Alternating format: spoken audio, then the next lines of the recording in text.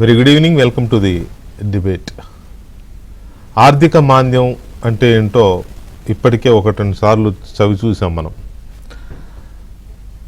మన్మోహన్ సింగ్ ఆర్థిక మంత్రిగా ఉన్నప్పుడు ఒకసారి ఆర్థిక మాంద్యాన్ని చూసాం, ప్రపంచం మొత్తం చూసింది. అప్పుడు భారతదేశం కూడా చూసింది, కానీ మనకున్న పొదుపు మనస్తత్వం వల్ల కొంత తట్టుకోగలిగాం. కానీ కరోనా టైంలో ప్రపంచం అంతా వణికినట్టే మనం కూడా వణికిపోయాం. డబ్బు చేతిలో లేక, నగదు ఎలా దాన్ని చలామణి చేయడానికి మన దగ్గర క్యాష్ రూపంలో ఉండదు. పేదవాళ్ళకేమో పన్నులు దొరికితేనే డబ్బు, అది ఉండదు, పనులు ఉండవు. చూసాం కదా కరోనా కష్టాలు. గుర్తు చేసుకోపోవడం మంచిది లేదు, గుర్తు చేసుకుంటే పరిస్థితి ఇంకోలా ఉంటుంది. ఇప్పుడు ఆ చేదు అనుభవాల్ని మళ్ళీ ఎందుకు గుర్తు చేసుకోవాల్సి వస్తుందంటే పరిస్థితి మళ్ళీ అలా తయారు కాబోతుంది వెరీ సూన్. ఇది నెలలు, సంవత్సరాలు కూడా కాదు, 3 లేదా 4 వారాలు. 3-4 వారాలలో తీవ్రమైన ఆర్థిక సంక్షోభాన్ని ప్రపంచం ఎదుర్కోబోతోంది. ప్రపంచంలో కూడా ఆసియా దేశాలు ఇంకా ఎక్కువ ఎఫెక్ట్ అవబోతున్నాయి. వాటిల్లో మనం ముందు భాగంలో ఉండబోతున్నాం.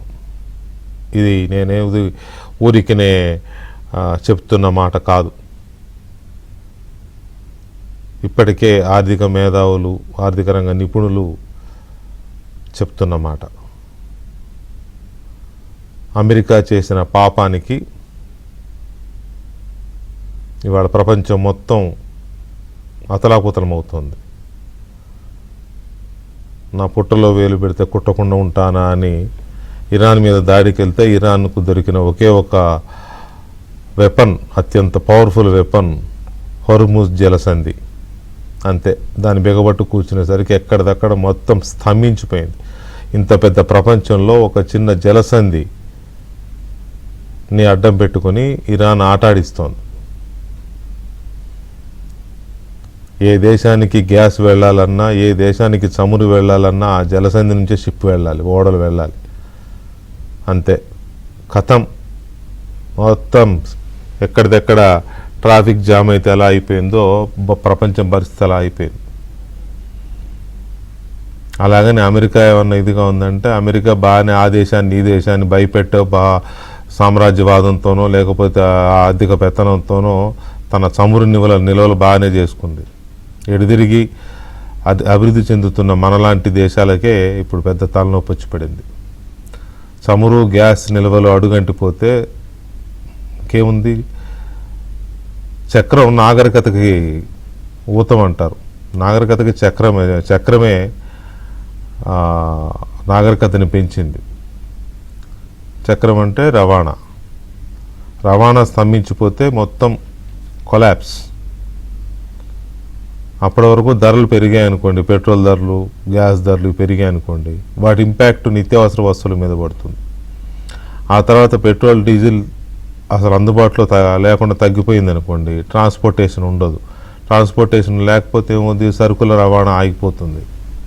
సరుకుల రవాణా ఆగిపోతే ఏమవుద్ది? అన్నీ సగం ఉంటేనే మనోళ్ళు బ్లాక్ మార్కెట్లో వీరులు. అలాంటిది సరుకులు టైట్ అవుతున్నాయనేసరికి మొత్తం బ్లాక్ మార్కెట్లో దోచేస్తారు. 10 రూపాయలు 1000 రూపాయలు అన్నా కూడా దొరకదు. ఆ 1000 రూపాయలు ఇచ్చే స్తోమతోడికే పప్పు, ఉప్పు దొరుకుతుంది. అందుకే అంటున్నా, నేను ఆర్థిక మాంద్యాన్ని చూడబోతున్నాం. కఠినమైన, చాలా తీవ్రమైన ముప్పుని మనం చూడబోతున్నాం. అణుబాంబు కంటే ప్రమాదకరమైన మనీ బాంబుని మనం చూడబోతున్నాం. అదృష్టం బాగుండి ఈలోపు ఆ యుద్ధం విరమణ ఏదన్నా జరిగిపోయి హోర్ముజ్ జలసంధి ఓపెన్ అయితే తప్ప ఇంకా పరిస్థితి ఏమీ ఆశాజనకంగా లేదు. నిన్న ఒక మిత్రుడు మాట్లాడుతూ, ఖచ్చితంగా 4 రోజుల తర్వాత చూడండి చేతిలో రూపాయి లేకపోతే కదలలేని పరిస్థితి వస్తుందని చెప్పి, వీలైనంత వరకు నగదు అందుబాటులో ఉంచుకోవాలి. బ్యాంకుల వాళ్ళు కూడా డిపాజిట్స్ ఉన్నా తీయరు, బయటికి లేవని చెప్తారు. లేకపోతే లిమిటెడ్గా 5,000 10,000 ఇస్తూ ఉంటారు. కాబట్టి మనకి డబ్బులు కూడా టైట్ అయిపోతాయి. వీలైనంత వరకు ఉన్నదేదో నగదు రూపంలో పెట్టుకోండి. ఇది నేను కూడా చెప్తున్నా, నాకున్న సమాచారం మేరకు వీలైనంత వరకు నగదు రూపంలో చేతిలో పెట్టుకుంటే సంక్షోభం తర్వాత అంతా బాగుంటే అప్పుడు మళ్ళీ వేసుకోవచ్చు బ్యాంకులో కొంపల మునుపు. సో ఇలాంటి సిచ్యువేషన్ రాబోతోంది. ప్రధాని మోదీ మీరు బంగారం కొనకండి 1 సంవత్సరం పాటు, లేకపోతే ఖర్చులు తగ్గించుకోండి, వంట నూనెలు తక్కువగా యూజ్ చేయండి చెప్పింది ఏంటంటే మనకు ఒక ఇండికేషన్ ఇచ్చాడు ఆయన, ఒక సందేశం, మనకు ఒక అలర్ట్ అనమాట.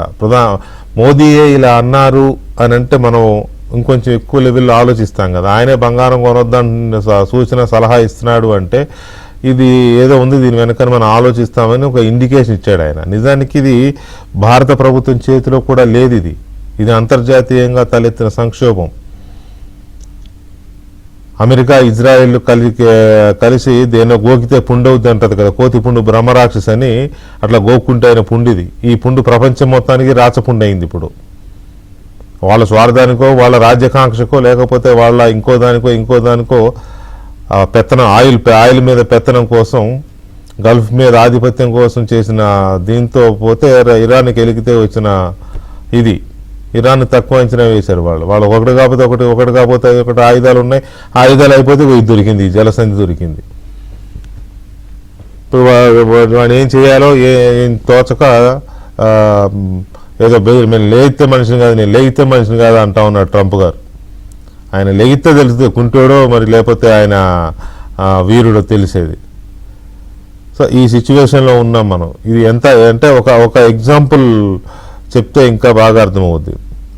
మనకి గల్ఫ్ కంట్రీస్ అరబ్ కంట్రీస్ బాగా తెలుసు కదా, దుబాయ్ కానీ అదే అరబ్ ఎమిరేట్స్ అవి కానీ లేకపోతే ఖతార్ ఇలాంటి దేశాలు ఉన్నాయి.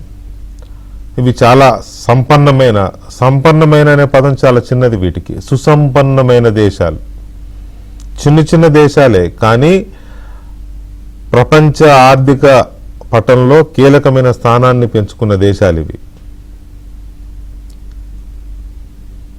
వీటి ఎయిర్వేసే, ఇవి నడిపే ఎయిర్వేస్ ప్రపంచ టాప్ 10లో ఉంటాయి. అది దుబాయ్ నడిపే ఎమిరేట్స్ కానీ, ఖతార్ ఎయిర్వేస్ అయితే ఎమిరేట్స్ కంటే టాప్ ర్యాంకులో ఉంటుంది వాటి విమానాలు సర్వీసులు. అంటే అంత లగ్జరియస్గా ఉంటాయి. ఎతిహాద్ కానీ బ్రిటిష్ ఎయిర్వేస్ కంటే కూడా టాప్ ర్యాంక్లో ఉంటాయి. అమెరికన్ ఎయిర్లైన్స్ కంటే కూడా లగ్జరియస్గా ఉంటాయి ఇవి. ఎందుకంటే ఇవన్నీ రాజులు నడిపే ఇది. అంత డబ్బు ఉంది వీళ్ళకి. మెయిన్గా ఏంటంటే వీళ్ళకి అంత డబ్బు ఉంది.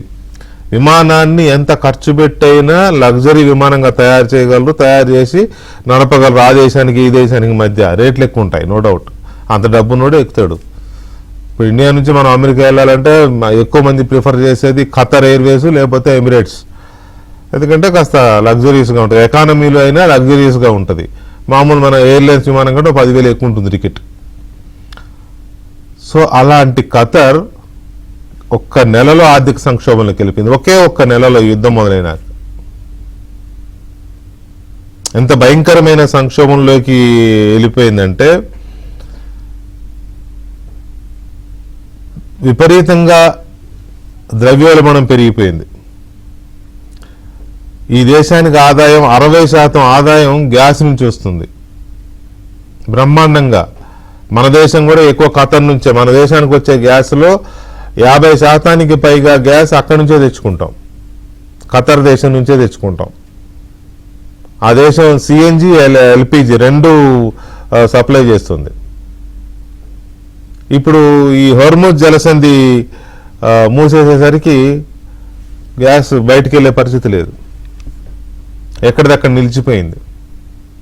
నిలిచిపోయి మొత్తం చేతులు ఎత్తేయడం కాదు, ఎంత భయంకరమైన పరిస్థితి అంటే ఆ దేశంలో ప్రజలు తినడానికి సరుకులు లేవు. అంత పెద్ద దేశంలో అంత లగ్జరీగా బతుకుతారు రాజకుటుంబాలు. మామూలుగా ఉండవు, లావిష్ లైఫ్ వాళ్ళది. అలాంటి లావిష్ ఒక్క నెలలో తలకిందులైపోయింది.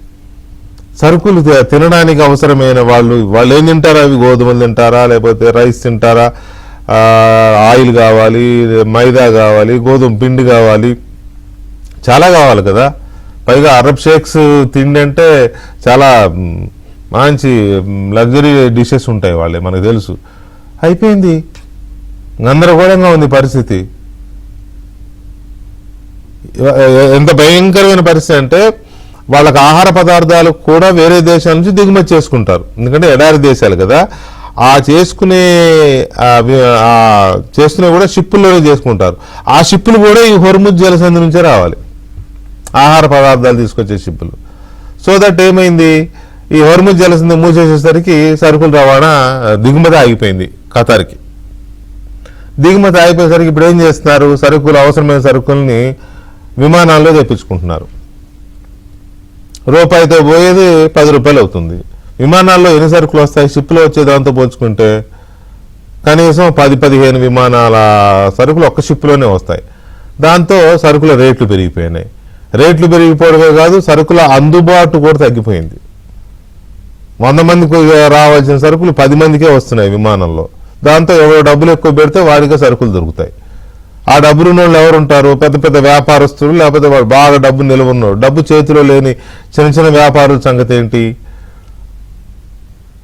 మన భారతదేశం నుంచి కూడా కేరళ లేదా మన దగ్గర తెలంగాణలోని జిల్లాల నుంచి చాలా మంది ఆ ఖతారు, దుబాయ్ అని వెళ్తూ ఉంటారు పని చేసుకోవడానికి, కువైట్. వాళ్ళ పరిస్థితి ఏంటి ఇప్పుడు? తినడానికి తిండి లేదు. సో ఇలాంటి ఎంత దారుణం అంటే ఎక్కడిదక్కడ ఆగిపోవడంతో ఈ దేశాలు బతికేదే ఎక్కువ ఈ గ్యాస్ ఇటువంటి వాటితో పాటు నెక్స్ట్ టూరిజం. పెద్ద పెద్ద హైఫై లైఫ్ స్టైల్ ఉంటుంది, టూరిస్టులు బాగా అవుతూ ఉంటారు. అన్ని మనవాళ్ళు కూడా వెళ్తూ ఉంటారు. టూరిజం పడకేసింది, అట్లా రెవెన్యూ పడిపోయింది. చిన్న చిన్న హోటల్ మొత్తం క్లోజ్. సో ఈ పరిస్థితి అంతా ఎందుకు చెప్పాల్సి వస్తుంది అంటే అత్యంత భయంకరమైన ఆర్థిక మాంద్యం ఆల్రెడీ హిట్ అయింది చాలా దేశాలకి. మన మీద కూడా ప్రభావం మొదలైంది. దానికి నిదర్శనం పెట్రోల్ డీజిల్ ధర ఆల్రెడీ 3 రూపాయలు పెంచారు, వారం అయింది. ఇవాళే వచ్చిన వార్త ఏంటి, ఇంకొక 2% పెరుగుతుంది అని. 2% అంటే 100కి 2 రూపాయలు పెరుగుతుంది. అంటే ఆల్రెడీ ఇంకో లీటర్కి ఇంకో 2 రూపాయలు పెరిగే ప్రమాదం ఉంది. ఇంకో 10 రోజుల్లో మొత్తం మీద ఇప్పుడున్న ధరలకి అదనంగా ఇంకో 10 రూపాయలు పెరిగే ప్రమాదం ఉంది. ఎందుకంటే అది దిగుమతి అనుకున్నంత అవ్వడంలా. ఆల్రెడీ ఇవాళ సిఎన్జి రూపాయి పెంచారు, అంటే వాహనాల్లో వాడే గ్యాస్ అది రూపాయి పెంచారు లీటరు. ఈ రకంగా పరిస్థితి ఇలాగే ఉంటే అసలు దిగుమతి ఆగిపోతే ఇప్పుడు పెట్రోల్ డీజిల్ 5 రూపాయలు పెరిగింది. ఈ 5 రూపాయల పెరుగుదల రవాణా మీద పడుతుంది కదా, లారీ ఓనర్స్ వాళ్ళు పెంచుతారు కదా.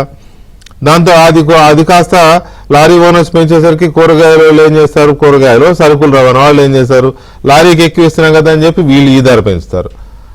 ఆ ధరతో వచ్చిన వాళ్ళు ఏం చేస్తారు, సూపర్ బజార్ల మీద లేదా కిరాణా షాపుల మీద వేస్తారు. కిరాణా షాపుల వాళ్ళు ఏం చేస్తారు, అంతిమంగా మన మీద వేస్తారు.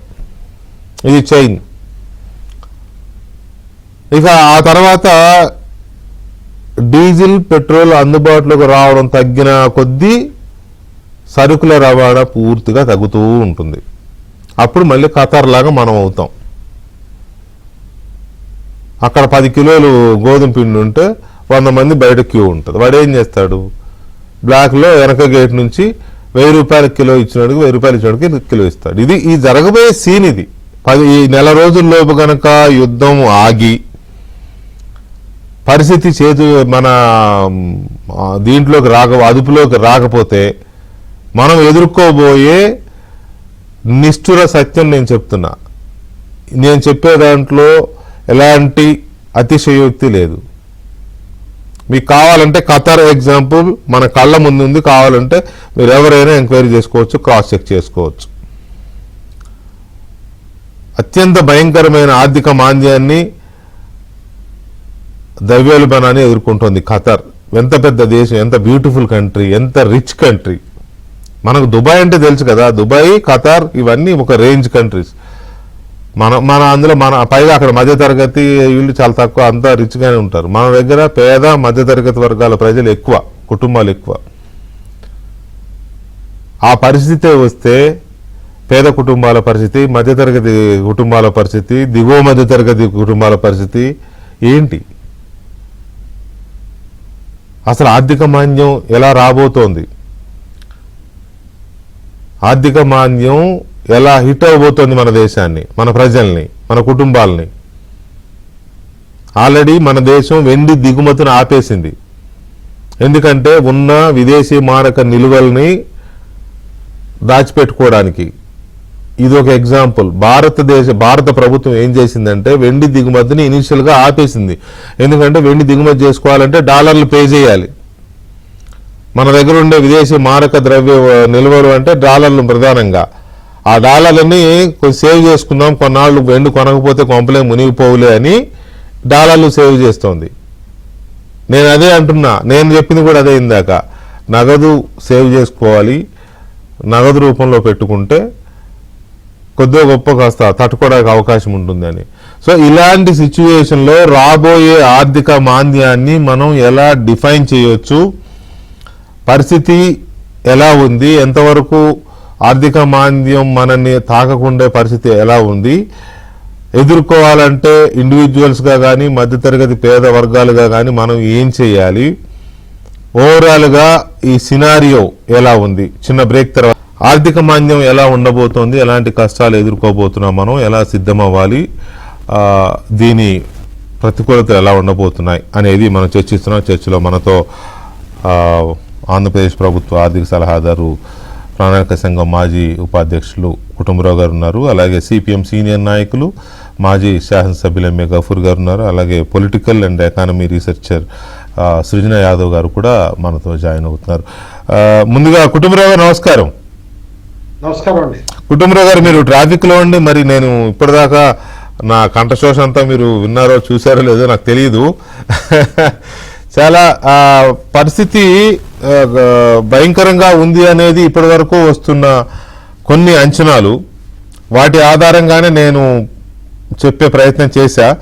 సో ఒక రెసిషన్ని, తీవ్రమైన రెసిషన్, మామూలు రెసిషన్ కాదు, తీవ్రమైన రెసిషన్ని చూడబోతున్నాం మనం అనేది ఒక అంచనా ఉంది. దీని మీద మీ ఇనిషియల్ రిమార్క్స్ చెప్పండి ప్లీజ్. మీరు చెప్పిన ఈ కమెంట్ కి నేను ఏకీభవిస్తున్నా వెంకటకృష్ణ గారు. Thank you sir. మేబీ ఒక జనరేషన్ చూసి ఉండకపోవచ్చు అంత పెద్ద ఎకనామిక్ క్రైసిస్ అనేది తెర మీద ఉందని నేను కూడా అనుకుంటున్నాను. ఇన్ఫాక్ట్ కోవిడ్ క్రైసిస్ కూడా చాలా చిన్నది అవ్వచ్చు దీని ముందు. ఎందుకంటే ఖచ్చితంగా, ఎందుకంటే that is as an economist నేను ఫీల్ అవుతున్నది కూడా. ఎందుకంటే మనం ఆలోచించాల్సింది ఇక్కడ గ్లోబలైజేషన్ తర్వాత ప్రపంచం అంతా కూడా ఒక విలేజ్ కిందే చూడాలి మనం. ఎక్కడో ఒక మూల ఒక దేశం తుమ్మిందంటే గనక మిగతా దేశాలన్నిటికి కూడా జలుబు వస్తుంది. అదేవిధంగా ఇప్పుడు వెస్ట్ ఏషియన్ క్రైసిస్ వార్ అనేది ఒక ఫిస్కల్ క్రంచ్ ఒక్క మన భారతదేశంలో అని కాదు, దాదాపు 64 కంట్రీస్లో సివియర్ ఫిస్కల్ క్రంచ్కి దారితీసింది. అనదర్ 36 కంట్రీస్కి మోడరేట్ క్రంచ్ ఉంది. అండ్ మిగతా చాలా చిన్న చిన్న దేశాలు, పట్టించుకోవాల్సిన దేశాలు కాకపోయినా కూడా అందరూ కూడా అతలాకుతలం అయిపోయి ఉన్నారు. ఎందుకంటే ఇక్కడ ఆలోచించాల్సింది, ఈ క్రూడ్ ఆయిల్ అనేది ఒక essential commodity only for petrol, diesel అని అనుకోవద్దు. దాని నుంచి వచ్చే పెట్రోకెమికల్ డెరివేటివ్స్ అవనండి, ఈవెన్ మనం మంచినీళ్ళు తాగే పెట్ బాటిల్ లాంటిది రా మెటీరియల్ కూడా దాని నుంచే వస్తుంది, పాలిథిలిన్ టెరిపెథిలేట్ అనేది. అట్లా రకరకాలుగా ఏదైతే కెమికల్స్ కానీ డెరివేటివ్స్ కానీ అన్నీ కూడా ఈ క్రూడ్ నుంచి వస్తాయో వీటన్నిటి ధరలు పెరిగినాయి. వీటన్నిటి ధరలు పెరగటంతో అన్ని దేశాల్లోనూ ద్రవ్యోల్బణం పతాక స్థాయికి వెళ్తుంది. ద్రవ్యోల్బణం పెరుగుతున్న కొద్దికి ప్రజల పర్చేసింగ్ పవర్ తగ్గుతుంది. ప్రజల పర్చేసింగ్ పవర్ తగ్గుతున్న కొద్దికి డెఫినెట్గా ఒక రెసెషన్ అనేది తెర మీదకి వస్తుంది. జపాన్ లాంటి కంట్రీలోనే ఇది వరకు డీఫ్లేషన్ అంటే ఇన్ఫ్లేషన్ ఆపోజిట్ డీఫ్లేషన్తో ఉన్న జపాన్ ఇవాళ ఇన్ఫ్లేషన్ తోటి అతలాకుతలం అవుతుంది.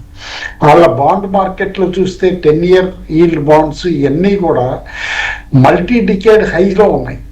అంటే ఖచ్చితంగా ఎంత తీవ్రంగా ఉంది ఈ పరిస్థితి అనేది కూడా అర్థం చేసుకోవాలి. ప్రధానంగా 4-5 ఇష్యూస్ అండి.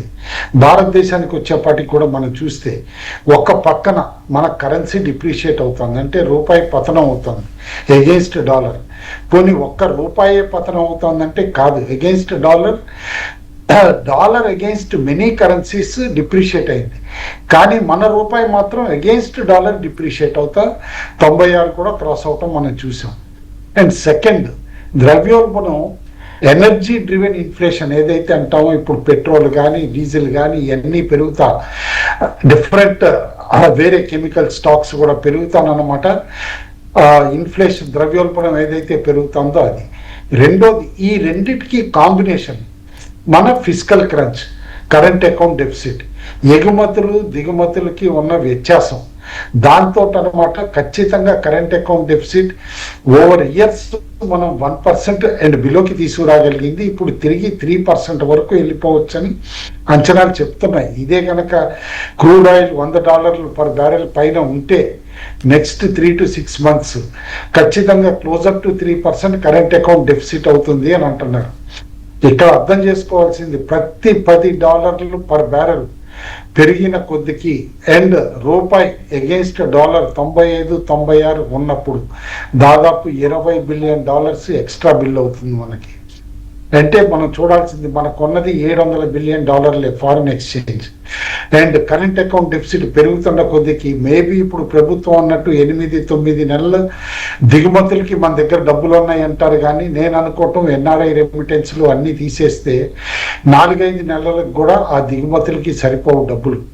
అంటే ఒక బ్యాంక్రప్సీ స్టేజ్ ఆఫ్ ఫారెక్స్ కూడా వచ్చే రిమోట్ పాసిబిలిటీ ఉంది. చాలా అలార్మింగ్ గా ఉంది సిచ్యువేషన్. అయితే నేను చెప్పిందే నేనే ఎక్కువ చెప్పానేమో అనుకుంటున్నాను. లేదండి, లేదు, నేను ఇందాక మొబైల్లో విన్నాను కూడా, మీరు చెప్పింది చాలా వరకు వాస్తవాలే చెప్పారు, కాదని నేను అన్ను. బట్ ఏంటంటే మనం ఏదో భయపెట్టడం అని కాదు, పరిస్థితులు అట్లా ఉన్నాయి. చాలా మనం భయపెట్టడం కాదు, అలర్ట్ చేస్తున్నాం ప్రజల్ని అంతే. అదే ఇప్పుడున్న జనరేషన్ ఇలాంటి క్రైసిస్ చూడలేదు అండ్ చూడబోతోంది అని చెప్పేసి కూడా నేను ఖచ్చితంగా చెప్పగలనండి. అదైతే చెప్తున్నాను. ఎందుకంటే దీని క్యాస్కేడింగ్ ఎఫెక్ట్ అని ఏదైతే అంటామో చాలా ఉంటుంది.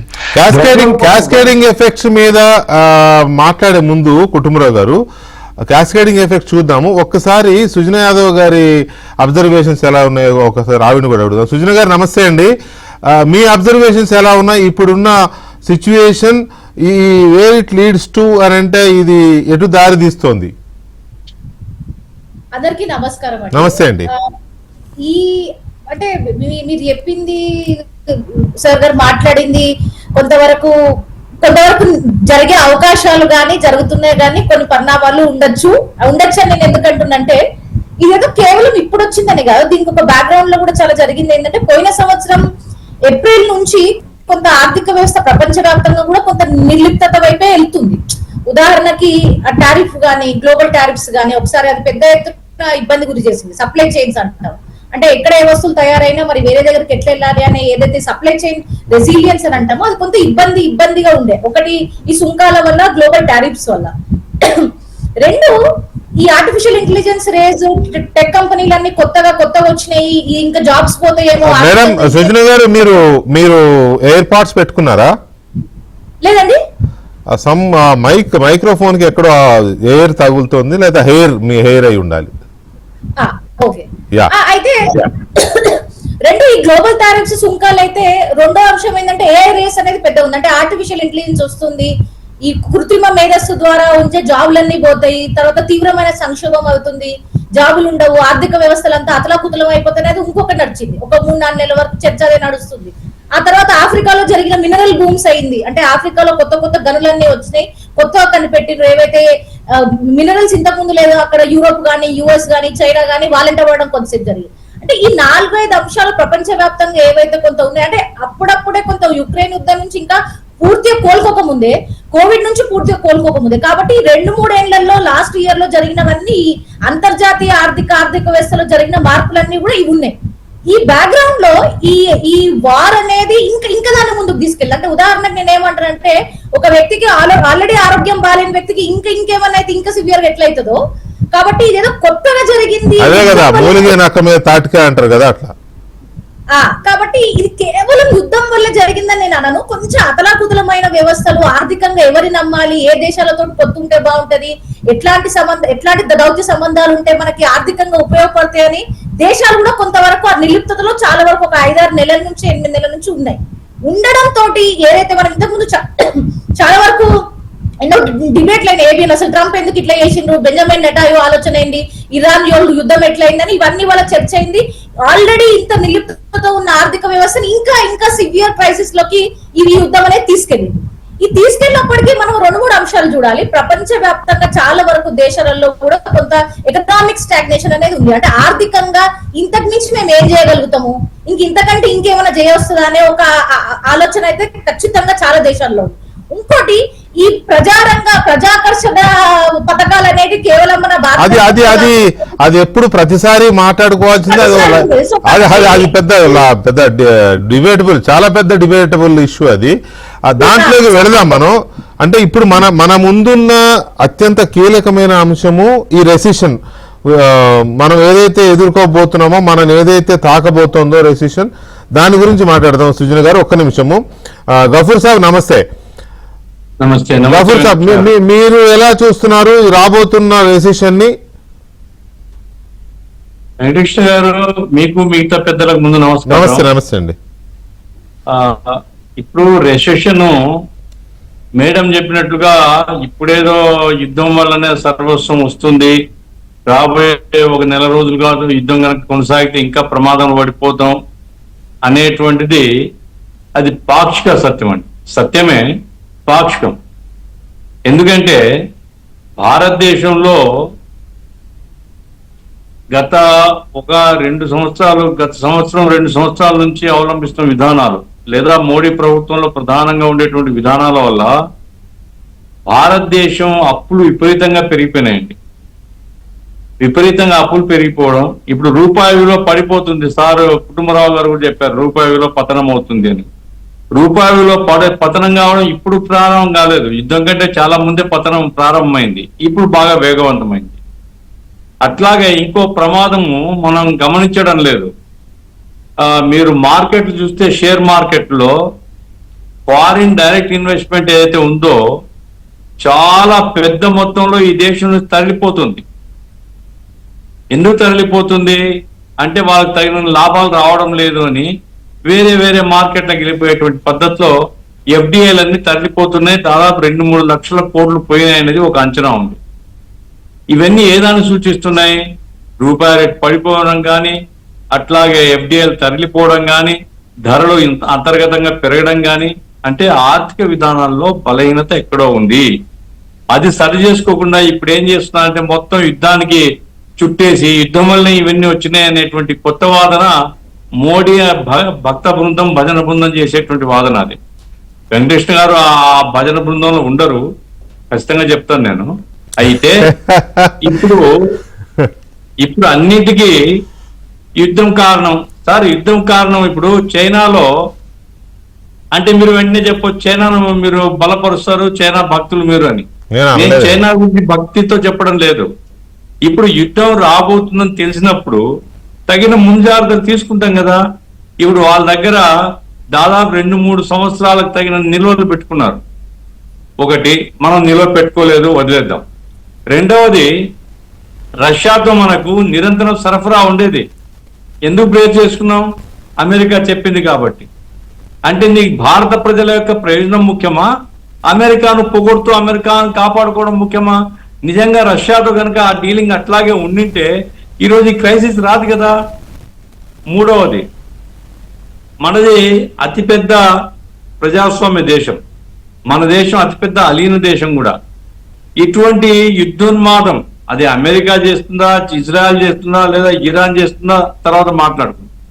కనీసం యుద్ధానికి వ్యతిరేకంగా నోరు మెదిపినారండి ఎప్పుడన్నా? యుద్ధం వల్ల భారతదేశ ప్రజానికం ఇంత సఫర్ కావాలని మీరు నేను కొట్టుకుంటున్నామే, మరి మన ప్రజల్ని ఇంత అతలాకుతానికి గురి చేసేటువంటి యుద్ధానికి మేము వ్యతిరేకం, యుద్ధం ఆపండి అనేటువంటి హెచ్చరిక ఎప్పుడైనా చేసిందా భారత ప్రభుత్వం? ఇజ్రాయెల్తో లోపల కుమ్మక్ కావడం, ఇప్పుడు కూడా పోయింది యుఏఈ పోయినారు. యుఏఈ అతి చిన్న దేశం, అది సౌదీ అరేబియాకో లేదా ఒపెక్ కంట్రీస్కో లేదా ఇతరత్ర దేశాలకు పోవడం కాదు. యుఏఈ ఈ అలై ఆఫ్ ఇజ్రాయెల్ మొత్తం అది ఒపెక్ నుంచి బయటకు వచ్చేసింది. దాని దగ్గర పోయినారు మోడీ గారు. అంటే చెప్పకుండానే ఏం సందేశం ఇస్తున్నారు? అది మంచిది కాదు ఈ దేశానికి. కాబట్టి నేను చెప్పేది ఏమిటంటే పొదుపు ఆలోచన తప్పు అని నేను చెప్పను. పొదుపు చేసుకోవడం మంచిదే, ఉన్నంతలో జాగ్రత్తలు. ఎందుకంటే కరోనాలో చాలా సఫర్ అయినాం మనం, నోట్ల రద్దప్పుడు కూడా చాలా సఫర్ అయినాం. మొత్తం నగదు పోతే సరుకులు లేక చాలా ఇబ్బంది పడినటువంటి పరిస్థితి. ముందు జాగ్రత్త చర్యగా కుటుంబాలు ప్లాన్ చేసుకొని, ఇప్పుడు మోడీ ప్రభుత్వాన్ని అంటున్నాం ముందు జాగ్రత్త చర్యలు తీసుకోలేదు. మనం ముందు జాగ్రత్త చర్యలు తీసుకోకపోతే మనం సఫర్ అవుతాం. కాబట్టి ముందు జాగ్రత్త చర్యలు కానీ ఇవన్నీ మంచిదే.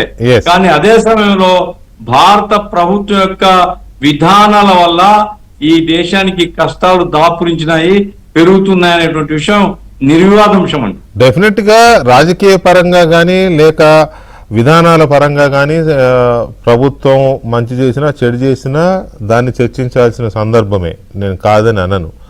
కానీ అది కరోనా నుంచి కోలుకోకుండా వరుసగా దెబ్బ మీద దెబ్బ పడుతుందా, అది కుటుంబాల మీద కానీ ఉద్యోగుల మీద కానీ ప్రభుత్వాల మీద కానీ దేశాల మీద కానీ అదొక ఎఫెక్ట్ అయితే, వీటన్నిటికీ ఒక పీక్స్కి తీసుకెళ్ళింది యుద్ధంతో మొత్తం ఎక్కడిదక్కడ స్తంభించిపోయింది. ఇది ఎవరు కాదలేని వాస్తవం. యుద్ధము మీరు పాక్షిక కారణం అన్నారు కానీ మేజర్ కారణం కరోనా ఎంత కారణమో అంతకంటే పెద్ద కారణమై కూర్చున్నది ఈ పరిస్థితి. సో నేనేమంటానంటే ఓకే, విధానాల పరంగా మోదీ ప్రభుత్వం ముందు చూపు లేకుండా వ్యవహరించిందా, యుద్ధానికి వ్యతిరేకంగా అమెరికాను నిలువరించలేకపోయిందా, కనీసం మాట మాత్రం చెప్పలేకపోయిందా, ఇవన్నీ చర్చనీయాంశాలే. కానీ ఈ నిమిషానికి ఒక భయంకరమైన ఉపద్రవం మన ముందుకు వచ్చేసింది. ఆల్రెడీ ఎంతో దూరాన లేదు, అదిగో అల్లదిగో అన్నట్టే ఉంది. ఇందులో ఇంకా తీసుకుంటా కొట్టిమరావు గారు, మిమ్మల్ని అడగబోతున్నాను. అదిగో అల్లదిగో అన్నట్టే ఉంది. ఈ సిచ్యువేషన్లో మన ముందున్న ప్రత్యామ్నాయాలు ఏంటి? ప్రత్యామ్నాయం కూడా ఏం లేదు, యుద్ధం ఆగడం ఒకటే ఇమీడియట్ ప్రత్యామ్నాయం. కాకపోతే ప్రజలు తీసుకోవాల్సిన జాగ్రత్తలు ఏంటి, ఏం చేయాలి, ఇది ఎంతవరకు దీని నుంచి బయటపడే అవకాశం ఉంది దేశాలకు కూడా అనేది మాట్లాడదాం. కుటుంబరావు గారు, ఈ క్యాస్కేడింగ్ ఎఫెక్ట్స్ అన్నారు కదా మీరు ఇందాక, ఈ దిగుమతులు ఎగుమతుల ప్రభావం వల్ల కానీ లేకపోతే రూపీ రేటు పడిపోవడం, ఇవన్నీ నిజంగా గఫూర్ గారుగా అన్న దాంట్లో ఒక పాయింట్ వ్యాలిడ్. సరే, మిగతా పరంగా రాజకీయంగా కొంచెం విభేదాలు ఉన్నప్పటికీ రూపీ వాల్యూ అనేది యుద్ధం టైంలోనే పడలేదు, గడిచిన 15 సంవత్సరాలుగా పడుతూనే ఉంది. నాకు గుర్తున్నంత వరకు మోదీ గారు ప్రైమ్ మినిస్టర్ అయినప్పుడు 68 రూపాయలు 69 రూపాయలు ఉన్నట్టుంది డాలర్ దీనికి. అది ఇప్పుడు 97 రూపాయల దగ్గరకు వచ్చేసింది. సో అయితే ఇది ఎటు దారి తీస్తుంది? ఎంతవరకు క్యాస్కేడింగ్ ఎఫెక్ట్స్ ఎలా ఉండబోతున్నాయి, ప్రజల మీద డైరెక్ట్ ఎఫెక్ట్స్ ఎలా ఉండబోతున్నాయి? సింపుల్ అండి వెంకటకృష్ణ గారు, ఎప్పుడైతే కనుక ఈ చమురు ధరలు ఇవన్నీ కూడా పెరుగుతాయో ఆటోమేటిక్ గా దాని తర్వాత అన్నమాట మిగతా చాలా వరకు గూడ్స్ ఏవైతే అనుకుంటామో లైక్ ఎరువుల దగ్గర నుంచి వంట నూనెల దగ్గర నుంచి మిగతా అన్ని కూడా పెరగటం తోటి జనరల్ గా ఫుడ్ ప్రైజెస్ అన్ని పెరుగుతాయి. వన్స్ ఫుడ్ ప్రైజెస్ అన్ని కూడా పెరిగిన తర్వాత ఆటోమేటికల్లీ మీకు ద్రవ్యోల్బణం ఇన్ఫ్లేషన్ పెరుగుతుంది. ఆల్రెడీ హోల్సేల్ ప్రైస్ ఇండెక్స్ 8.3 8.4కి వెళ్ళిపోవటం మనం చూసాం, దాదాపు 42 నెలల గరిష్ట స్థాయికి. ఆల్రెడీ కన్జ్యూమర్ ప్రైస్ ఇండెక్స్ కూడా ఆల్రెడీ 3.8 దాకా కూడా వచ్చేయటం చూసింది.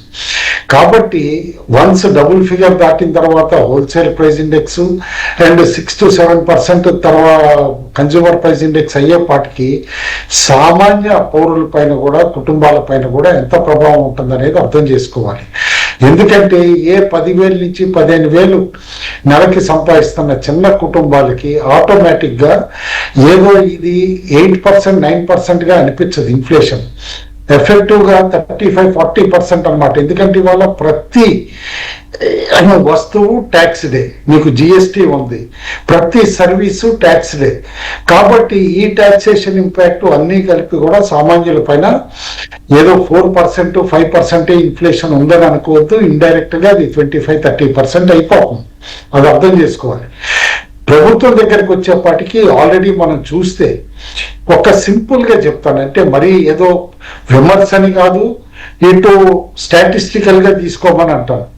2014లో కేంద్ర ప్రభుత్వంది, రాష్ట్ర ప్రభుత్వాలది అన్నిటిది కలిపి అప్పు 62 లక్షల కోట్లు ఉండేదండి 2014లో. ఇవాళ ఎంతో తెలుసా వెంకటకృష్ణ గారు?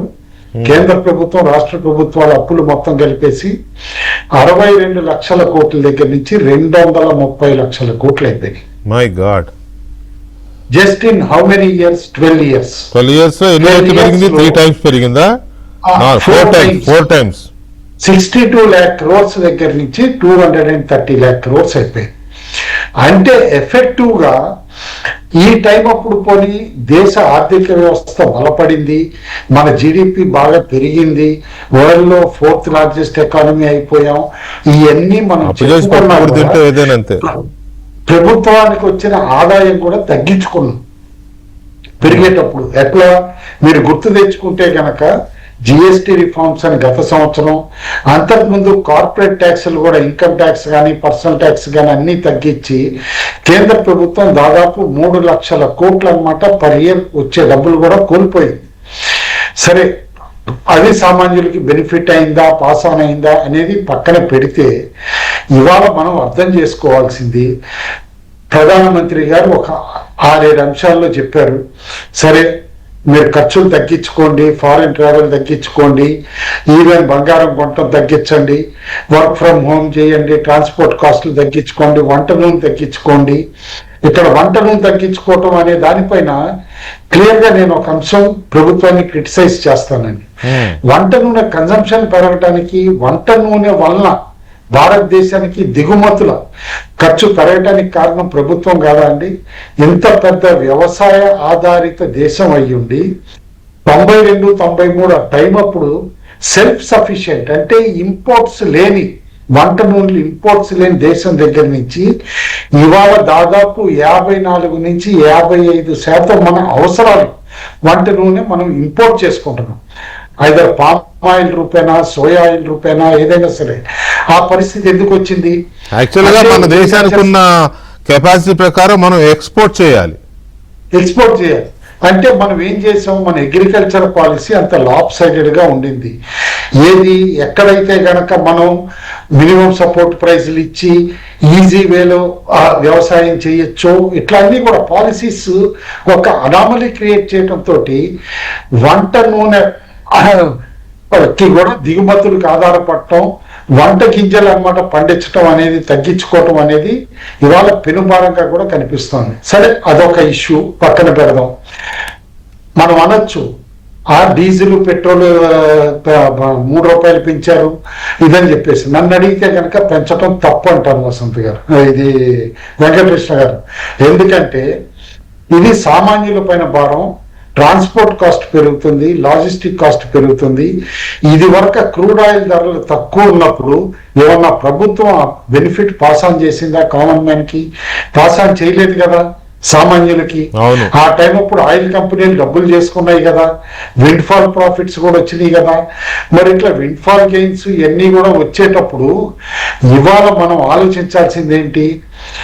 దాదాపు దేశంలో ఉన్న ఏదైతే వెల్త్, సంపద ఏదైతే ఉందో దాదాపు 50% సంపద కేవలం 1% జనాభాలో చేతిలో ఉంది, 1% పాపులేషన్ చేతిలో ఉంది. మిగతా 50% సంపద ఎంతమంది చేతిలో ఉంది అర్థం చేసుకోండి. అదే అంటేనే ఇక చూసుకోండి ఇక ఎంత ఘోరంగా ఇన్ఈక్వాలిటీ ఉందో, ఎంత ఘోరంగా అన్నమాట రిచ్ వర్సెస్ పూర్ ఉందో. ఈ టైం అప్పుడు రిచ్ని ఎందుకు ట్యాక్స్ చేయకూడదు?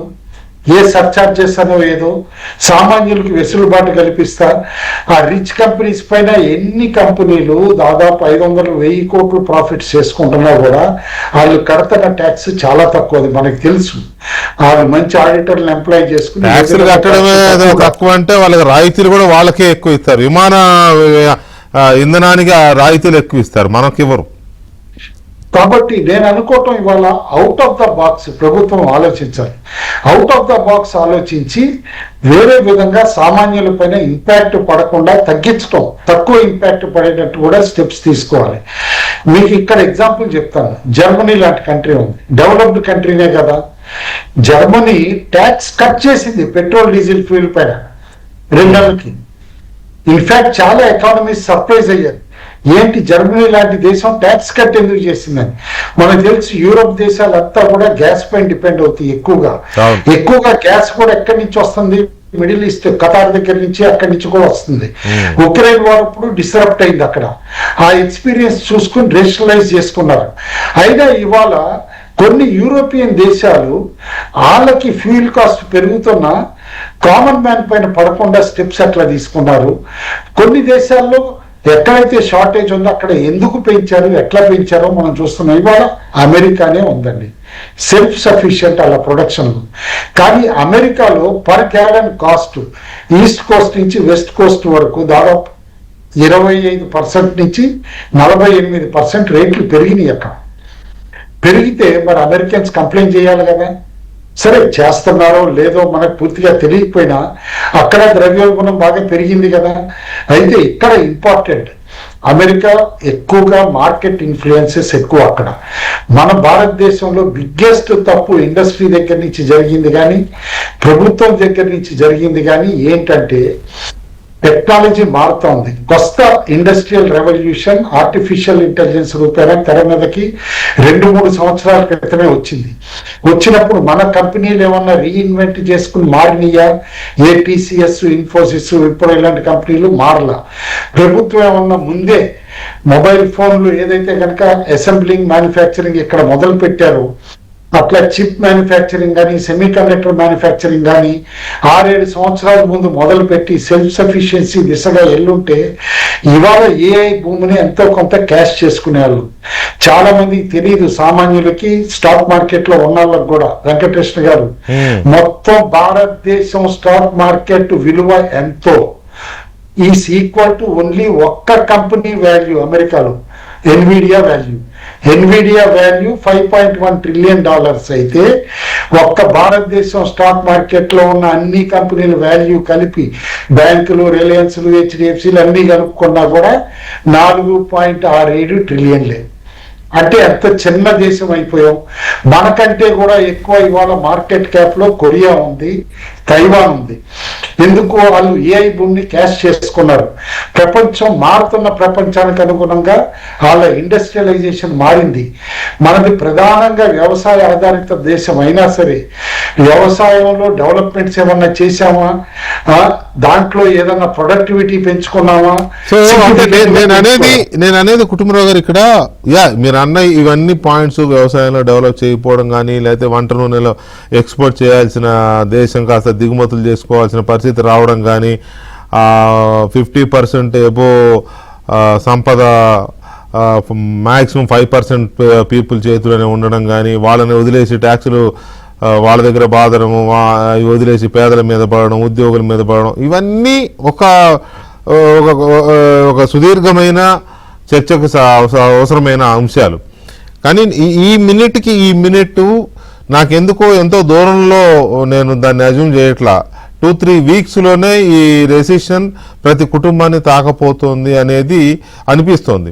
ఈ టైంలో ప్రజలు తీసుకోవాల్సిన జాగ్రత్తలు ఏంటో మనం కొంచెం వాళ్ళకి అర్థమయ్యేలాగా చెబుదాము. నేను ఆపిన ఇదేంటంటే ఈ ఫ్రీబీస్, సంక్షేమ పథకాలు ఇటువంటివి అంటే ఈ రాజకీయ నాయకులు దోపిడీ కానీ, ఈ కార్పొరేట్లకు ఇచ్చే రాయితీలు కానీ, లేకపోతే ఈ మాఫియాలు కానీ, మైనింగ్ మాఫియాలు, లిక్కర్ మాఫియాలు, వీటిని అరికడితే ఆ పేదలకు ఇచ్చేది పెద్ద అమౌంట్స్ ఏం కావు. అందుకని అంటే నా ఉద్దేశం అది, మీ ఉద్దేశం అది కాదు అవును నాకు తెలియదు. కానీ అయితే ఈ టైంలో ఈ రెసిషన్ నెత్తి మీద మెడ మీద కత్తిలాగా వేలాడుతున్న ఈ టైంలో నాకు కొంతమంది నిపుణులు చెప్పింది, ఇప్పుడు కుటుంబరావు గారు చెప్పిన దాంట్లో కూడా నాకు అదే ఇండికేషన్ ఏమనిపించింది అంటే మ్యాక్సిమం 2-3 వీక్స్ 4 వీక్స్ అన్నట్టుగానే ఉంది. సో ఈ సిచ్యువేషన్లో ప్రజలకి మనం ఎలాంటి జాగ్రత్తలు చెప్పవచ్చు, ఏమేమి సూచనలు చేయవచ్చు? రైట్, ఒకటి అంటే ఈ దేశాలు పక్క దేశంలో జరిగిన గొడవల వల్ల వీటన్నిటి వల్ల దీనివల్ల ఉపద్రవం అయితే ఉన్నది. అది అందరం కూడా చర్చిస్తున్నాం గత 2 నెలల నుంచి. ప్రధానంగా ఇప్పుడు దాంట్లో ఇంకా ఫర్దర్ గా ఇప్పుడు నా అభిప్రాయం, వేరే వాళ్ళ అభిప్రాయం అంటే అందరం మన మూకుంపుడిగా దీని మీద తీవ్రత ఉందని అయితే గుర్తించడం ఒకటి. 2, ఈ ఆయిల్ ద్వారా, చమురు ద్వారా దేశం మొత్తంలో 80% వరకు ఉండే పనులన్నీ ఆయిల్ ద్వారా అయినప్పటికీ 98% వరకు జరిగే పనులు గాని వస్తువుల తయారీ వ్యవస్థ గాని మొత్తం కూడా ఆయిల్ మీద ఉంది. అవును. కాబట్టి ఇది అందరినీ అన్ని చోట్ల ఒకే రకంగా కాకపోయినా అందరికీ ఇబ్బంది కలిగే అవకాశం అనేది ఇప్పుడు ఏర్పడ్డది. అందరూ ప్రతి ఒక్కరు చెప్తున్నారు, అది తేటెళ్ళం జరిగింది. చివరికి కమ్యూనిస్టు సిద్ధాంతం చెప్పే చేపలు పట్టాలన్నా కూడా ఇప్పుడు పెట్రోల్ డీజిల్ కావాల్సిందే, బోట్లు, ఇంజన్లు, జనరేటర్లకి. కాబట్టి ఇది ఆల్రెడీ అందరికీ తెలిసింది కాబట్టి కొంత భయాందోళన ఉంది, కొంత ఇబ్బంది ఉంది, ఆర్థికంగా నిర్లిప్తత ఉంది అనేది కూడా తెలిసింది. కాబట్టి ఒక 3-4 అంశాలండి. ప్రధానమంత్రి గారు 7 సూత్రాలు చెప్పినారు, ఇవి చేయండి అని. కొంత 7 సూత్రాలు కొంచెం దానికి తోడు ఒక ఇబ్బందులు ఉన్నా నేను చెప్పదలుచుకుంది ఏంటంటే ఇప్పుడు ప్రజలు ఒక 4-5 అంశాలు చేయొచ్చు, మనం అందరం కూడా ప్రజల్లో భాగం మనం కూడా. ఒకటి, ఈ పెళ్లిళ్ళు ఫంక్షన్లు అందరిని పిలిచి మన స్తోమత కంటే ఎక్కువ పెట్టి అప్పులు తెచ్చి ఇవన్నీ అయితే చేయడం అనుకోవాలి. అంటే ఇప్పుడు అధిక మాసం అంటే ఇవాటి నుంచి 4 రోజులు ఎవరేం చేయరు. అంటే నేనేమంటున్నానంటే అండి, ఆర్థిక వ్యవస్థలో ఇట్లాంటి ఇబ్బందులు ఉన్నప్పుడు అవి కేవలం 4-3 వారాల తర్వాత అది తీవ్రమైనప్పటికీ దాంట్లో నుంచి తేలుకోవడానికి ఒక సంవత్సరం నుంచి సంవత్సరాల వరకు అయితే సమయం పడుతుంది. కూడా దీన్ని ఏమంటున్నారంటే గ్లోబల్ ఎకనామిక్ షాక్ అంటున్నారు. అంటే ఈ షాక్ అనేది అందరికి తాకింది, ఏదో ఒకరిద్దరికి ఒక దేశాలకు కాకుండా ప్రపంచ వ్యాప్తంగా ఉంది కాబట్టి కొంత అది ఉంది. ఒకటి ఇది, ఈ పెళ్లిళ్ళు పేరెంటాలు ఏవైతే ఫంక్షన్లు ఏవైతే చేస్తున్నామో ప్రధానంగా already ABN actually Andhra Jyothy news paper లోనే ఒక పెద్ద కథనం వచ్చింది మెయిన్ పేజ్ లో. 10 లక్షల కోట్లు భారతదేశ ప్రజలందరూ కూడా పెళ్లిళ్లలోనే ఖర్చు పెడుతున్నారు, ఫంక్షన్లకు ఖర్చు పెడుతున్నారు. సో అట్లాంటి వృధా ఖర్చుని ఖచ్చితంగా తగ్గించుకోవాలి. ఒకటి. 2, అందరూ మనం గమనించాల్సింది ఏంటంటే ఇన్ని రోజులు 100 రూపాయలకి కొనాలనుకున్నది ఇప్పుడు 110 రూపాయలు అయింది. 110 రూపాయలు మనం కొనుక్కుందామన్నా గానీ మన 100 రూపాయల జీతం ఇంకా 100నే ఉంది. కాబట్టి మన జీతాలు, మన సామాజిక భద్రత, మన సామాజిక పొజిషన్ ఎక్కడ ఉందో అది అక్కడే ఉంది. కానీ ధరలు పెరిగే అవకాశాలు ఉన్నాయి, ధరలు పెరుగుతున్నాయి. కాబట్టి ఆచితూచి దాన్ని బట్టి కొనాలి. ఇదేదో 2-3 నెలల్లో 2-3 వారాలలో అయిపోతుందనే అపోహ గాని అనాలోచిత చర్య గాని మనం ఎవరం కూడా చేయొద్దు. ఇది 2వ అంశం. 3, చాలా మంది ప్రజలు ఏమంటున్నారు, మనము ఇవి కొనొద్దు అవి కొనొద్దు బంగారం కొనొద్దు అంటారు. కానీ ఒకటి నేను బంగారం విషయంలో నేను ఒకటి చెప్పదలుచుకుందండి. భారతదేశంలో 70-80% మంది ప్రజలంతా కూడా ఇన్ఫార్మల్ సెక్టర్ లో ఉన్న వాళ్ళ జీతాలు కూడా చాలా తక్కువ ఉన్నాయి. కాబట్టి వాళ్ళైతే బంగారం కొనరు, తక్కువ మంది కొంటారు. ఏదో అప్పుడప్పుడు ఏదో 2 నెలలకు ఒకసారి కొంటారు. కాబట్టి ఈ బంగారం ధరని ఇంత మొత్తంలో పెంచి కేవలం ఏప్రిల్లోనే 85% వరకు మనం బంగారం తెప్పించుకున్నాం. అందుకే సుంకాలు కూడా పెంచడం జరిగింది. కాబట్టి ఎవరైతే అప్పర్ మిడిల్ క్లాస్ రిచ్ వాళ్ళు కొంటున్నారు, వాళ్ళు కొంటే మనకేంది, వాళ్ళు చేస్తే మనం కూడా చేయొచ్చు అనే ఆలోచన వల్ల చాలా మంది కొనే స్తోమత లేకున్నా కానీ దాన్ని కొనే అవకాశాల వైపు వెళ్తా ఉంటాం. కాబట్టి దయచేసి వీటిని కొనకండి, ఎందుకంటే దానికి మించిన అప్పులు అవుతాయి. చాలా మంది ఎట్లా ఆలోచిస్తారు అంటే బంగారం 2 నెలల్లో డబుల్ అయింది, మనం ఇంకా కొంటే మనకి ఇంకా డబ్బులు వస్తాయి, చేసి కొందాం అంటే చెప్పిందే పదే అలాంచి చేయడం అంటారు తెలంగాణ భాషలో. అంటే వద్దన్నా కానీ అదే పదే చేయడం. కాబట్టి అలాంటి బంగారాన్ని మాత్రం కొనొద్దు. ఇది 3వది. 4, ఎప్పుడైతే ఆర్థిక వ్యవస్థ అనేది తీవ్రమైన సంక్షోభంలో ఉంటుందో అప్పుడు ఈజీ మనీ స్కామ్లు గానీ, ఈజీ మనీ చేసే వాళ్ళు గానీ, పొంజీ స్కీమ్లు గానీ, మన వీక్నెస్ ని దాన్ని గుంజుకొని మీకు డబ్బులు ఎక్కువిస్తామనే ఈ దురాలోచన చర్యలు కూడా ఎక్కువ పెరుగుతూ ఉంటాయి మైక్రో ఫైనాన్సింగ్ సంస్థలు గానీ. కాబట్టి పొంజీ స్కీమ్లు పక్కింటి చెల్లె చెప్పిందో ఆంటీ చెప్పిందో స్కీమ్లు కట్టడం. ఎందుకంటే ఇది నేను చెప్పింది కాదు, SEBI security exchange code of India వారు చెప్పింది ఏంటంటే తెలంగాణ రాష్ట్రం దేశవ్యాప్తంగానే హైయెస్ట్ నంబర్ ఆఫ్ మనీ కోల్పోతుంది. అంటే ఈ స్కామ్ లో ఆ స్కామ్ లో సైబర్ ఫ్రాడ్ లో పడి ఈజీ మనీ కావాలని చాలా మొత్తంలో డబ్బులు కోల్పోతున్నారు. కాబట్టి ఆర్థిక సంక్షోభం ఉన్నప్పుడు ఇట్లాంటి స్కామ్ల రూపంలో, ఇట్లాంటి సైబర్ క్రైమ్ రూపంలో వెళ్లే అవకాశం చాలా ఎక్కువ ఉంటాయి. కాబట్టి మనం అందరం అప్రమత్తంగా ఉండాలి.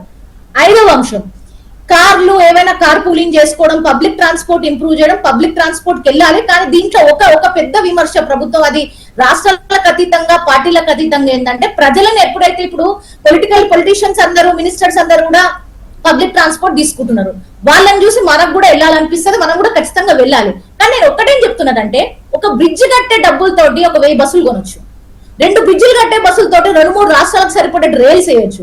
కాబట్టి ప్రజలందరూ ఈ పబ్లిక్ ట్రాన్స్పోర్ట్ తీసుకున్నప్పటికీ వెంటనే యుద్ధ ప్రాతిపదికన ప్రభుత్వాలు అట్లీస్ట్ తెలంగాణ ప్రభుత్వం అన్న ఒక 1000 నుంచి 2000 బస్సుల వరకు కొంటే, అది మన దేశంలోనే ఉంది బస్సుల కొరత, నాట్ ఓన్లీ ఇన్ తెలంగాణ. ఇప్పుడు మహిళల కోసం ఫ్రీ అన్నారు కాబట్టి ఏపీ తెలంగాణలో కొట్టుకు చేస్తున్నారు బస్సులు లేక. కానీ ఇంకోటి దీంట్లో ఇంకొక ప్రాబ్లం ఉందండి. దీంట్లో ఏంటంటే కొంచెము ఈ ఫ్రీ బస్ అనేది మంచి పథకం, నేను ఫ్రీ బస్ నేను సపోర్ట్ చేస్తాను పార్టీలకు అతీతంగా, రాష్ట్రాలకు అతీతంగా. కానీ దీంట్లో ఒక కిటుకుందండి, ఎన్నికైన ప్రభుత్వాలు ఏదైనా ఎన్నికైన పార్టీలు ప్రభుత్వాన్ని ఏర్పాటు చేయడానికి 35% ఓట్లు ఎట్లా కావాలో, ఏ ట్రాన్స్పోర్ట్ మోడ్ అయినా కానీ over period of time sustain కావాలంటే 35% మోడ్ షేర్ కూడా ఉండాలి. అంటే మోడ్ షేర్ అంటే ట్రాన్స్పోర్ట్ లో వాళ్ళు ఎంత తెలంగాణలో 2008 2010లో 4500 బస్సులు ఉంటే ఇవాళ 2500 బస్సులు ఉన్నాయి. కాబట్టి సమాజాలు అభివృద్ధి అవుతున్న కొద్దీ మనం ముందు అన్ని పర్టికులర్లో ముందున్నప్పటికీ ఈ పబ్లిక్ ట్రాన్స్పోర్ట్ తక్కువ అవుతుందంటే దాని అర్థం ఏంటంటే పబ్లిక్ ఇన్ఫ్రాస్ట్రక్చర్ మీద మనం ఖర్చు పెట్టాలి. కాబట్టి ఈ 4 అంశాలు కనుక మనం చేసినట్లయితే కొంతవరకు స్వాంతరగలిగే అవకాశం. రైట్. గఫూర్ గారు, మీ అబ్జర్వేషన్ ప్రకారం ప్రజలు సరే ఇప్పుడు ఈ ప్రభుత్వాల గురించి మనం మాట్లాడే పరిస్థితిలో లేవు. మనం తప్పులా ఒప్పులా జరిగిపోయినాయి. అది దౌత్యపరమైన తప్పులా లేకపోతే ఒప్పులా, అది ఆ విశ్లేషణలు ఆ టైం ఈ టైంలో మనం చేయాల్సింది ప్రజలకు మనం ఏం చెప్పగలం అనే దాని మీద మీ అభిప్రాయం ప్లీజ్.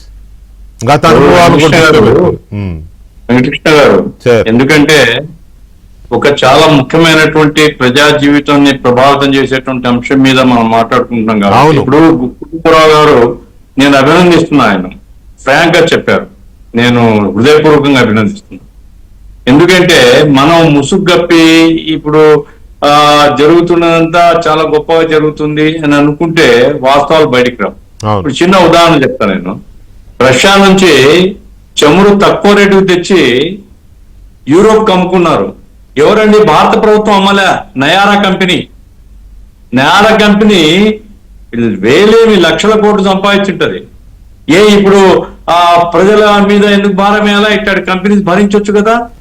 ఇప్పుడు వెనిజులా నుంచి, హార్మోన్స్ తో సంబంధం లేదు, వెనిజులా నుంచి అంబానీకి, ఎందుకంటే ఆయన దగ్గర మాత్రమే ఉంది ఆ వెనిజులా ఆయిల్ ను ప్రాసెస్ చేసేటువంటి రిఫైనరీ.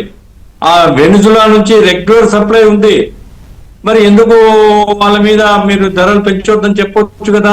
భారత ప్రభుత్వం కూడా కోట్ల మంది ప్రజల మీద భారాలు వేయడం అనేటువంటిది అది మంచిగా కాదు. కాబట్టి ఈ రూపంలో ప్రజలు పొదుపు చేయాలి అని నేను అంగీకరిస్తాను. ప్రజలు ఉన్నంతలో జాగ్రత్తగా, ఎందుకంటే మరీ ఇబ్బంది పడి రోడ్డు మీద పడేటువంటి పరిస్థితి ఉండకూడదు, ఆకలి దప్పులతో ఉండేటువంటి పరిస్థితి ఉండకూడదు. కాబట్టి ముందు జాగ్రత్త ఉండండి అనేది 100% కరెక్ట్. పొదుపుగా ఉండండి, దుబారా ఖర్చులు చేసుకోవద్దు ఇవన్నీ. కానీ ప్రభుత్వాలు చేసే బాధ్యత కూడా ఉంది కదండి. ప్రభుత్వాలు ఇవేం చేయకుండా ఉపన్యాసాలు చెప్పుకుంటే ఎట్లా? ఇప్పుడు నా పాయింట్ ఏంటంటే ఆయిల్ రిఫైనరీస్ మీద, అది కూడా private company, Nayara private company, Ambani private company. కాబట్టి ఇటువంటి రిఫైనరీస్ మీద మీరు అదుపు చేయండి. ఇప్పుడు సార్ 2008 సంక్షోభం వచ్చింది ప్రపంచంలో. చైనా ఏం చేసినప్పుడు ఆ దేశంలో అంతర్గత మార్కెట్ ను అంతర్గతంగా పన్నులు చాలా పెద్ద ఎత్తున చేపట్టింది. దానివల్ల ప్రజలకు ఆదాయం లేమి అనేది లేకుండా ఏదో రూపంలో ఆదాయం సమకూర్చింది. కాబట్టి ఆర్థిక వ్యవస్థ కాపాడుకోగలిగింది. నా పాయింట్ కూడా ఏమంటే, భారతదేశంలో యువతకు కానీ ప్రజలకు కానీ ఉపాధి కల్పన ఇటువంటి పరిస్థితిలో కనీసం ఏమేం చేయొచ్చు అనేటువంటి చర్చ. ఇప్పుడు నిన్న ప్రధానమంత్రి గారు ఒక మాట అన్నారు. ఏమన్నారు ఆయన? ఇథనాల్ కనుక మిక్స్ చేస్తే పెట్రోల్లో 20% కలిపినా ఏం కాదు, 20% కూడా పరిశోధన జరుగుతున్నాయి. ఇథనాల్ ఏ దాంట్లో నుంచి వస్తుందండి? మొక్కజొన్న. మీరు రాయితీలు ఇవ్వండి మొక్కజొన్న రైతులకు. దేశంలో రైతులకు సాయం చేసినట్టు ఇథనాల్ తయారు చేసుకోవచ్చు, పెట్రోల్ దిగుమతులు తగ్గించుకోవచ్చు. కాబట్టి మొక్కజొన్న రైతులకు ఎవరు ఇథనాల్ తో పెట్రోల్ తయారైనాక అవి డిస్ట్రిబ్యూట్ చేసే కంపెనీలకు ఇస్తారు. అది మన విధానం. కాబట్టి ఇటువంటి ఇన్నోవేటివ్ పద్ధతుల ద్వారా ఉపాధి కల్పన, రైతాంగ రక్షణ, ఆ తర్వాత ఆదాయం ప్రజల్లో వచ్చేటట్టు చేస్తూ పొదుపును గురించి మనం చెప్పాలి. పొదుపు ఇంపార్టెంట్, ఎప్పుడైనా ఇంపార్టెంటే. దుబారా వ్యయం తగ్గించుకోవడం అది మంచిది. అట్లాగే ప్రైవేట్ ట్రాన్స్పోర్ట్ కాకుండా మేము ఎప్పటి నుంచో చెప్తున్నాం, పబ్లిక్ ట్రాన్స్పోర్ట్ ఉంటే ఈ దిగుమతి చేసుకున్నటువంటి ఆయిల్ యొక్క ఖర్చు తగ్గుతుంది అని. కాబట్టి పబ్లిక్ ట్రాన్స్పోర్ట్ డెవలప్ కావాలా, ప్రైవేట్ ట్రాన్స్పోర్ట్ సాధ్యమైనంత డిస్కరేజ్ చేయాలా, ఇవన్నీ కూడా కరెక్టే. దాంతో పాటుగా ప్రభుత్వం చేయాల్సిన పనులు కూడా ఎప్పుడూ చేస్తూనే ఆర్థిక వ్యవస్థను బాగు చేసుకోవాలి తప్ప ప్రభుత్వం నీతి సూత్రాలు చెప్తూ జనాన్ని మాత్రం బలి పెడితే మంచిది కాదు. రైట్. ఫైనల్ గా కుటుంబరావు గారు, ఇప్పటి వరకు మనం చర్చించినవి అంటే నిజానికి ఇది ఇప్పుడు మనం చర్చించింది సిచ్యువేషన్ సివియారిటీలో ఉన్న ఒక 10% కూడా మనం టచ్ చేసి ఉండం. Due to time constraints or ఇంకా చాలా చాలా ఇష్యూస్ ఉన్నాయి, గఫూర్ గారు లేవనెత్తినాయి, సుజన గారు లేవనెత్తిన ఇష్యూస్, ఎందుకు వచ్చింది ఈ సిచ్యువేషన్, వాటిలోకి వెళ్తే ఇంకా టైం సరిపోతుంది. అందుకని నా పాయింట్ ఏంటంటే చాలా వ్యాలిడ్ పాయింట్స్ చెప్పారు మీరందరూ.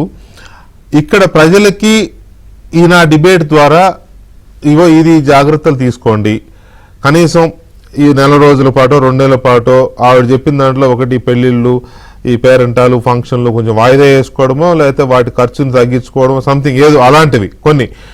అలాగే మీరేమన్నా సజెషన్ ఇస్తారా? అంటే నాకు తెలిసింది ఇదేంటంటే నగదు అనేది అందుబాటులో లేకుండా పోయే ప్రమాదం ఉంది రెసిషన్ తీవ్రమైతే, అది ఒకటి చూసుకోవాలి. కరోనాలో అదే కదా ఇబ్బంది పడ్డాం. తర్వాత ఉపాధి ఉండదు, ఆ పరిస్థితి వస్తే కూలీలకి ప్రత్యేకించి ఉపాధి లేనప్పుడు కూడా వాళ్ళకి చేతిలో రూపాయి ఆడకపోతే తినడానికి తిండి ఉండదు. సో అలాంటివి బ్యాంక్స్ ఏం చేస్తాయి, ఉద్యోగులకు కూడా ఇప్పుడు వీళ్ళకి పరిస్థితి ముదిరితే ఈ ఈఎంఐలని ఇవన్నీ మీద పడిపోతాయి. ఆ సిచ్యువేషన్ ఎలా ఉండే ప్రమాదం ఉంది, రెపో రేట్స్ మారే ప్రమాదం, బేసిల్ రేట్స్ పెరిగే అవకాశం ఏమైనా ఉంటుందా, మధ్యతరగతి ఉద్యోగులు, కార్మిక వర్గాలు, పేద వర్గాలు వీళ్ళకి మీరు ఇచ్చే సూచనలు ఏంటి? ఒక 5 minutes. ఒకసారి వెంకటకృష్ణ గారు, లాస్ట్ టైం ఒక ప్రధానమంత్రి గారు ఇట్లా దేశాన్ని కోరటం, ప్రజల్ని కోరటం, పొదుపు పాటించండి అన్నది నాకు గుర్తున్న వరకు అయితే మాత్రం 1965లో వార్ టైం అప్పుడు లాల్ బహదూర్ శాస్త్రి గారు అప్పుడు అడ్రస్ టు ద నేషన్ ఇచ్చారన్నమాట చెప్పారు. శాస్త్రి గారి తర్వాత తిరిగి ఇవాళ ప్రధానమంత్రి మోడీ గారు అన్నారంటే ఆ రోజు యుద్ధ వాతావరణం ఎలాంటిదో ఇవాళ క్రైసిస్ అలాంటిది అన్నట్టే కదా. ఆ రోజు ఒక పాకిస్తాన్ తోనే యుద్ధం, ఇవాళ ప్రపంచమే యుద్ధంలో ఉన్నది. అదే అందుకని చెప్పేసి ఖచ్చితంగా సామాన్యులు కూడా ఆలోచించాలి. నేనైతే క్లియర్లీ ఒక 4-5 స్టెప్స్ చెప్తానండి. ప్లీజ్. ప్రతి చిన్న కుటుంబం కూడా ఎమర్జెన్సీ ఫండ్ అనేది, అంటే ఒక 3 నుంచి 6 నెలలకి మినిమం అన్నమాట సరిపోయే మన ఎక్స్పెండిచర్ ఏదైతే ఉంటుందో అవన్నీ కూడా ఒక సేవింగ్స్ అకౌంట్ లో, హై ఈల్డింగ్ సేవింగ్స్ అకౌంట్ లో పెట్టుకోమని చెప్పేసి అని అంటాను. అండ్ సెకండ్, చాలా మందికి అలవాటు అయిపోయింది క్రెడిట్ కార్డ్ పైన అనమాట దినదిన ఖర్చులు అనమాట నడిపించడం అనేది. క్రెడిట్ కార్డు పైన వడ్డీ రేట్లు ఎంత హైగా ఉంటాయో మనకు తెలుసు. అందుకని చెప్పేసి ఖచ్చితంగా క్రెడిట్ కార్డు పైన ఎక్స్పెండిచర్ తగ్గించుకోండి, వడ్డీ భారం తగ్గుతుంది. కాబట్టి ఏదైతే హై ఇంట్రెస్ట్ రేట్ వడ్డీలు ఉన్నాయో అవన్నీ కూడా లైక్ పర్సనల్ లోన్ అవ్వనియండి, క్రెడిట్ కార్డు అవ్వనియండి, అలాంటివి యాజ్ ఫార్ యాజ్ పాసిబుల్ తగ్గించండి. అండ్ మనం చూస్తున్నాం ఇట్లా రెసెషన్ అనండి, మాంద్యం అనండి, ఏ వాడైనా వాడండి, వస్తుందంటే మామూలుగా కారు సేల్స్ కానీ ఇవన్నీ తగ్గాలి. కానీ గత 2 నెలల్లో all time high car sales, basically rate by SUVs ఇవన్నీ కూడా. దాంతో అనమాట ఇప్పటికీ చాలా నిర్లిప్తత ఉంది. సరే ఇది వస్తుంది పోతుంది, తిరిగి మామూలు రోజులు వచ్చేస్తాయి అనే ఓవర్ కాన్ఫిడెన్స్ లో ఉన్నారు చాలా మంది. కొత్త కార్లు పర్చేజ్ కానీ, హౌస్ రినోవేషన్లు కానీ ఇలాంటివన్నీ కూడా ఖర్చులు తగ్గించుకోమంటాను, మినిమం చేసుకోమని అంటాను. కాబట్టి మనకి అవసరాలు ఏంటి, ఖర్చులేంటి, రెండు కూడా బేరీ చేసుకోమంటా. నీడ్స్ అండ్ వాంట్స్ రెండు కూడా లెక్కలేసుకుని దాన్ని బట్టే ఒక ఇంటి బడ్జెట్ కూడా చేసుకోవాల్సిందే. And if possible corona time అప్పుడు ఎట్లయితే కనుక ఎక్స్ట్రా స్కిల్ సెట్కి ఆన్లైన్ కోచింగ్లని కానీ ఏవైతే వచ్చినాయో అట్లా ఈ టైం అప్పుడు కూడా కొత్త స్కిల్స్ తోటి ఏమన్నా ఎక్స్ట్రా ఇన్కమ్ డెవలప్ చేసుకోవచ్చా, అట్లా skills, durable skills, in demand skills ఏవైతే ఉంటాయి అనుకుంటామో అలాంటి స్కిల్స్ డెవలప్ చేసుకోవటం కానీ అవి కూడా చేసుకోవాలి. ఈ స్టెప్స్ అన్ని కూడా పాటిస్తానే ప్రభుత్వం ఖచ్చితంగా ప్రజలను ఆదుకోవటానికి కొన్ని స్కీమ్స్ తీసుకొస్తారు, ఫైనాన్షియల్ ప్రోగ్రామ్స్ ఉంటాయి. ఇవన్నీ కూడా కేర్ఫుల్ గా ఫాలో అవ్వమంటారు. ఎక్కడైతే కనుక స్కీమ్స్ కూడా వాడుకోవాల్సినవి ఉంటాయి, ఒక సేఫ్టీ నెట్ ప్రోగ్రామ్స్ అంటూ ప్రభుత్వాలు ఏవైతే తెర మీదకి తెస్తాయో ఇవన్నీ కూడా చేయాల్సిన అవసరం ఉంది అని అంటాను. అండ్ అవునన్నా కాదన్నా దేశాలే పాటిస్తున్నాయండి, చాలా దేశాలు. ఏంటి స్టెప్స్ తీసుకున్నారన్నమాట, ట్రాన్స్పోర్ట్ కాస్టులు తగ్గించుకుంటా, ప్రభుత్వం కూడా ఖర్చులు తగ్గించుకుంటా, వాళ్ళ ట్రావెల్ ఖర్చుల దగ్గర నుంచి మిగతా ఖర్చులు తగ్గించుకుంటా, ఏ విధంగా ఒక ఇంపోర్ట్ బిల్ తగ్గించుకున్నాం, ఒక జనరల్ ఎక్స్పెండిచర్ అన్నమాట, గవర్నమెంట్ రన్నింగ్ ఎక్స్పెండిచర్ తగ్గించుకుంటున్నాం, ఇవన్నీ కూడా చేస్తున్నారు. అవి ప్రభుత్వాల దగ్గర నుంచి కేంద్ర ప్రభుత్వాలను, రాష్ట్ర ప్రభుత్వాలను, at all levels all governments చేయాల్సిన అవసరం ఉంది.